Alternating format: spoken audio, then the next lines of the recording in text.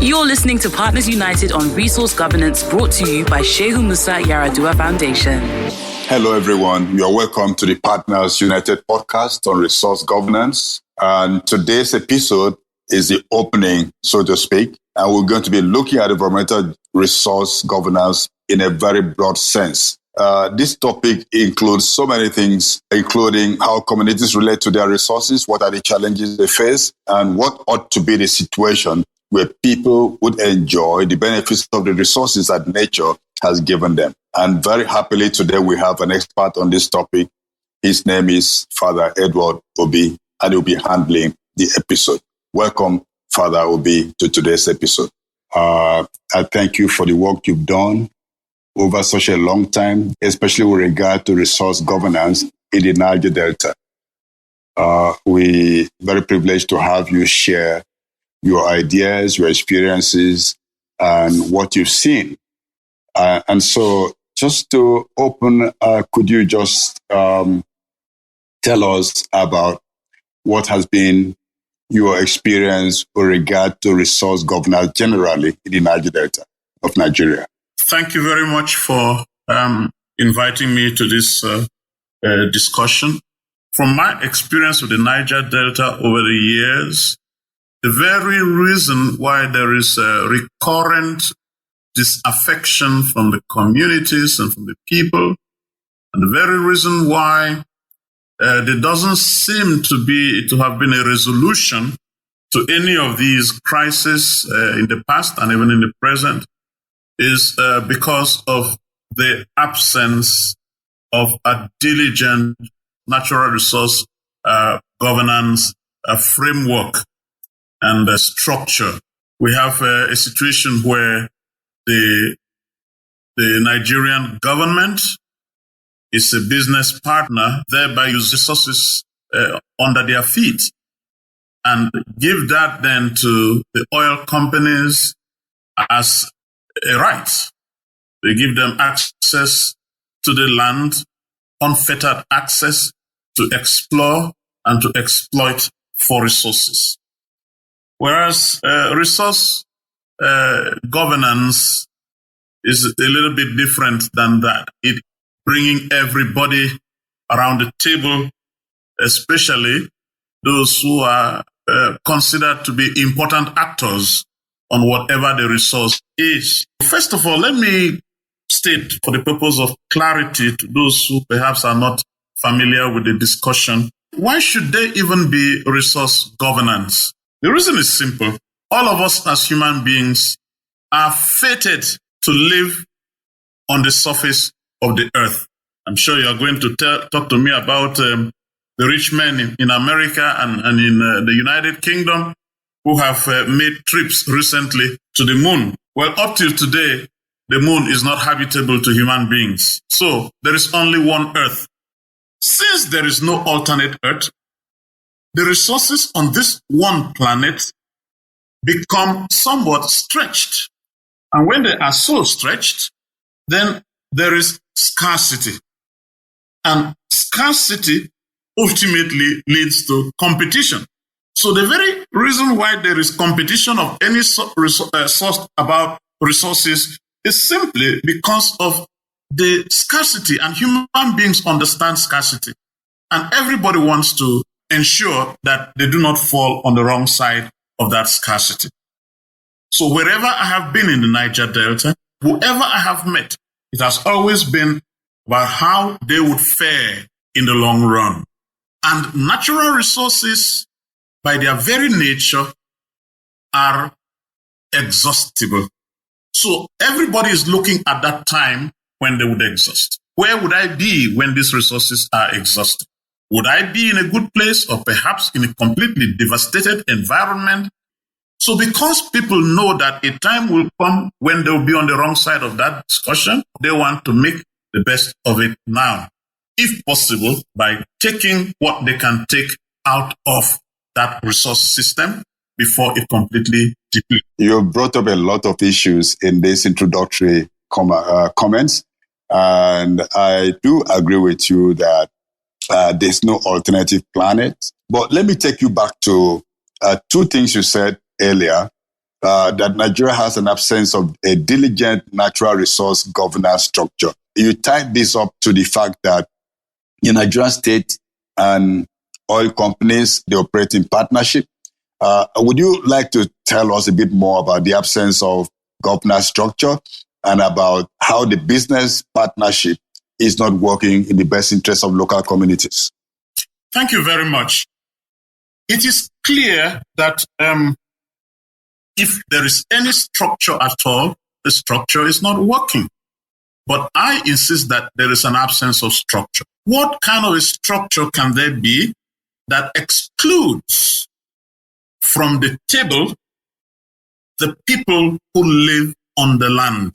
Decisions are made top down and handed to them, and they are left to say, all right, we accept it, or at worst, we don't accept it.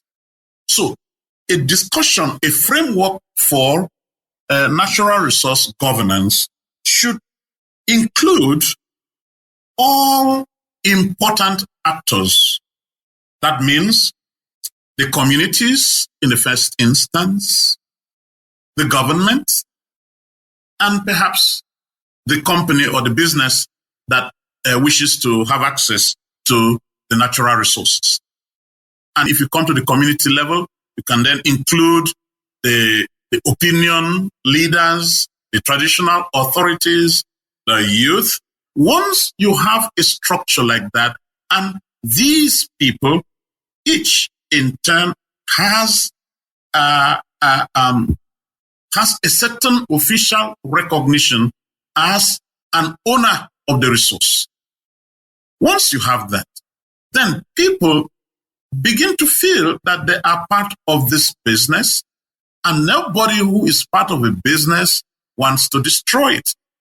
If anybody wants to destroy, it is because they know that the business is of no use to them. Let me make a distinction between how the rights of people have been construed in this framework. Rights are divided into two segments. There's rights in rem, that is, rights in the things themselves, which the local people have by reason of the fact that they have been there for centuries. So they have a right and our access to the things that are in their area. But then in common law, there are also rights in personam. That means in the person. In other words, the law invests some rights on the persons. What has happened in the case of the Niger Delta is that though the people have the natural rights in rem to the things that are in their area, they lack the rights in personam. In other words, they have not been given that right by the law to own the things that are there, including things that are in the subsoil and in the deep belly of the earth under their feet. This is what is causing the friction all the time. When people are asserting their rights in rem, the government is looking down at them and say, but you have no rights in personam. Therefore, you cannot go into that land. And this remains an important missing link in the structure of the natural resource governance in the Niger Delta region. These are very important points that you just raised now. I mean, you made a point that the issue of resource ownership is very critical for protection of the resource, management of the resource, and by extension, the state of the environment, the interests that people have, and ensuring that the environment is protected for the interests of all. Now, you also mentioned the issue about who the important actors would be in environmental or resource governance, the communities, the government, the company. Can you tell us what constitutes a host community? Even the recent Petroleum Industry Act, there's a lot of controversy around the issue of host communities. Can you throw more light on this before we go forward? The operative word in the phrase host community is host. In other words, is the community that has accepted that this foreign entity can come and set up in their area and share their water, share their air, and share their land and the resources in the land. So at the first instance, it is a generous welcome that the communities have offered long ago to the oil companies to work with. So they are playing host to this foreign entity. This foreign entity, they are never part of that community. The land belongs to people. Indeed, people precede governments. Societies precede governments. So no matter how remote a community is and the society that develops around it, they always precede and should have precedence over the government. The government exists only because the people say, all right, we accept, you can come and, rule over us, take care of us, protect all of us, and ensure that we're not killing each other every day. Now, the matter here is a host community plays host to all the infrastructure, to the company as a whole, to the personnel. And then it means, therefore, you cannot abuse the social license that a community gives to you. The very fact that they welcomed you in their midst means that they gave you a certain social license. But, if you are a community member, you must also be a good neighbor. Do not pollute the land. Do not pollute the water that you are using. Do not drain it completely. Do not pollute the atmosphere, because the same atmosphere that we also are breathing. These are basic expectations of any community. So where the facilities are and where they extend to and where operations are ongoing, all the communities in that area are host communities, even if it's just pipelines that have passed there. You are bringing up so many exciting ideas and important things that we need to reflect on. And we believe that our listeners are taking note also. Let me repeat or more or less re-echo what you said. You presented communities in Niger Delta as generous communities because by that generosity, they accepted foreign entities represented by the oil companies to move in and share with their resources. This is a very high level of generosity, considering that there was no negotiation between the communities and these entities. It means the communities more or less trusted that the government who brought in these entities would do everything in their best interest. And you also said that the companies are foreign and remains foreign. That is a very striking way to capture that fact. You stress also that societies precede governments. That is very important. Now, in terms of social license and good neighborliness, can you just tell us how these foreign entities, whether they are international oil companies, Nigerian variants of these corporations, how much have they been good neighbors in our communities and how have they used their social license? Well, I can only take you on a trip very quickly. Let us go to Goi. It used to be a village. It's still a village. There are still community members of Goi, only that they don't live there. They all have moved away from their village for whatever the reason was. But their moving away is not unconnected with the devastation of their land and water by a certain oil company that allowed a burst pipe to go unmended for weeks and months. I was in Goi only a week and a half ago when the tide was high, and I met a few boys there who were trying to throw their net into the water to catch fish. They weren't very successful because not many fish are still able to venture into that area.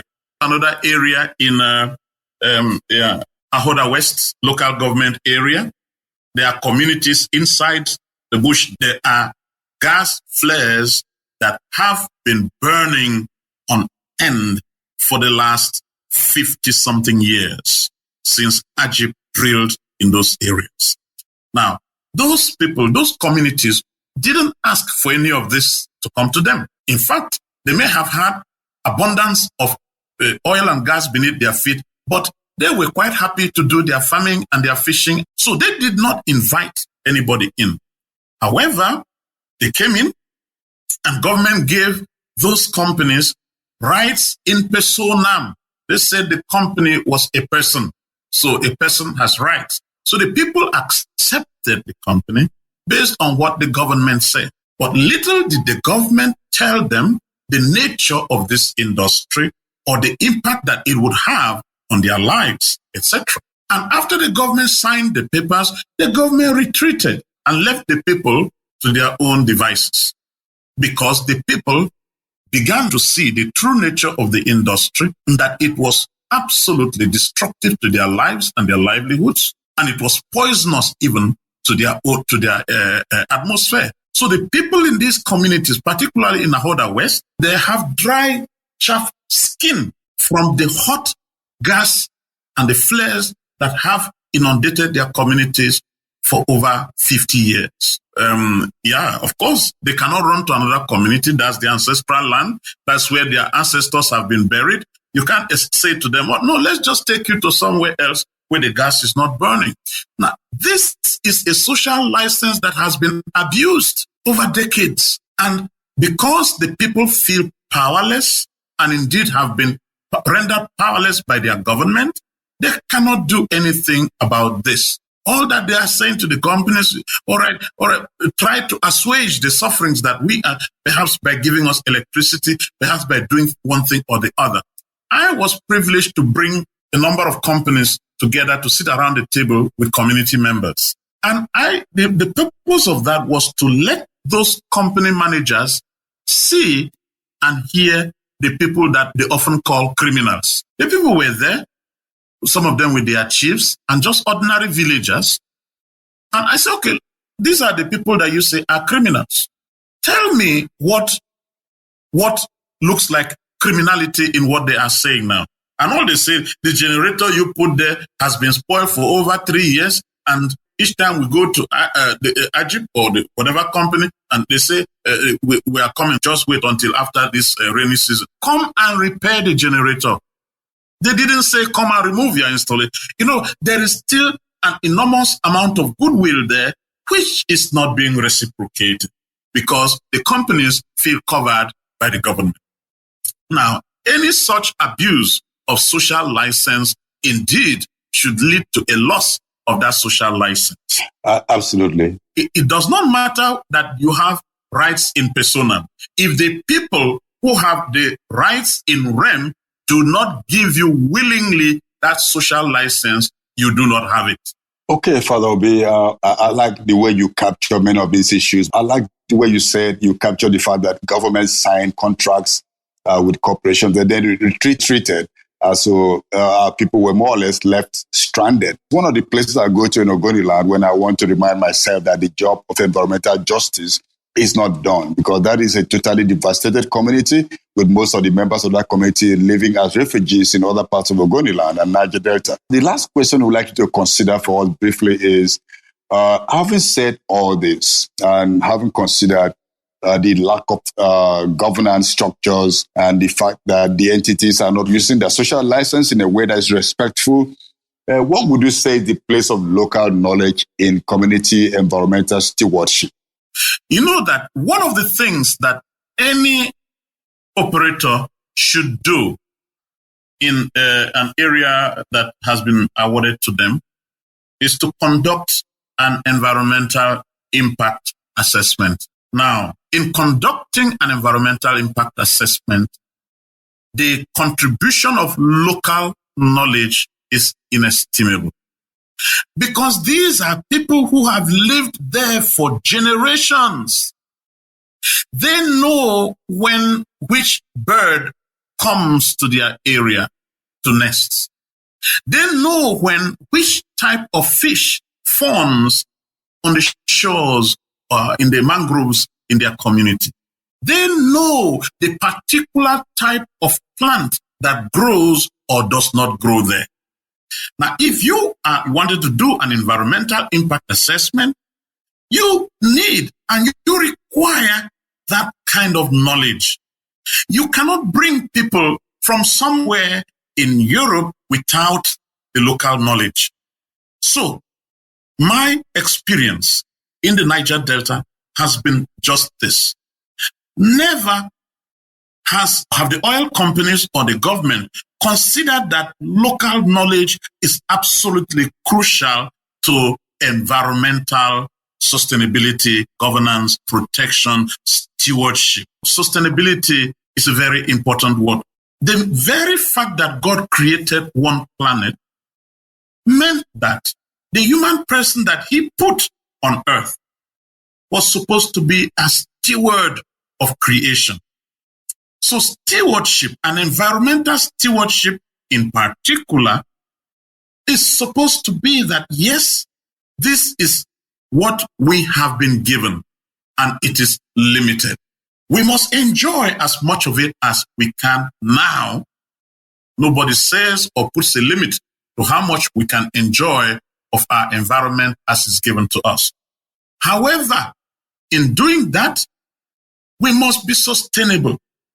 We must, as much as possible, put back what we have taken so that the enjoyment that we all are enjoying now will be enjoyed again by another generation that is not yet here. Now, if we go into an environment and then we turn it to dust and reduce it to desert, then there is a certain callousness that comes with people who approach the environment simply as a resource for consumption. Yes, God allows us to consume as much of it as we desire. However, we must have a thought for that future generation that is not yet here. What is the heritage? What is it that they can inherit from us? Devastated lands, waters without fishes in them, or atmosphere that are continually poisoning people? Is that the best legacy that we can extend to future generations? No. I think that we still have an opportunity now to turn things around, even not being able to turn them around 360 degrees, but to turn them around somewhat by being careful of those resources that God put there for all human beings to enjoy, and to approach them with care and love, with a spirit of sustainability in mind. If we do this, then there may be some assurance that perhaps God in his bounty will enrich us even more. So we cannot blame God for giving us a limited set of resources, but we blame ourselves for approaching them with a certain greed that is devastating to that environment. And I think that perhaps if we approach things in this way, it might be better for all of us in the long run, including those oil companies themselves. I think their bottom line will go up if they are careful of the environment and the resources in it. Well, thank you so much, Father Obi. I think this is a good point for us to draw the curtain. We're ending on a note of hope that there's time for us to turn things around, to do things differently. Let me thank all our listeners for joining us on this episode. We'll be your way again on another episode. Thank you so much for joining, and make a note to be with us. Bye-bye. Please visit partnersunited.org to join the conversation on environmental justice. To report any issues that have threatened your environment, please visit www.reports.nhrc.gov.ng or blow the whistle at www.reports.corruption.org. You can also visit homef.org for useful advocacy resources on climate change, food systems, freshwater ecosystem, and other socio-ecological issues.